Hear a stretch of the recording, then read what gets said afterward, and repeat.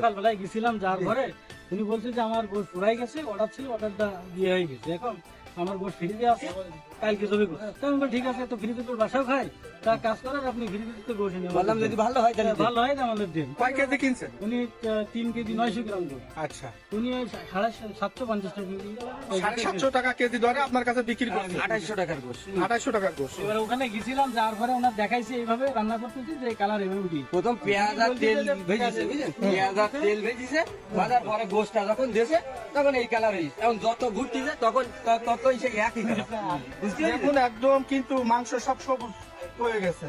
এখন আমরা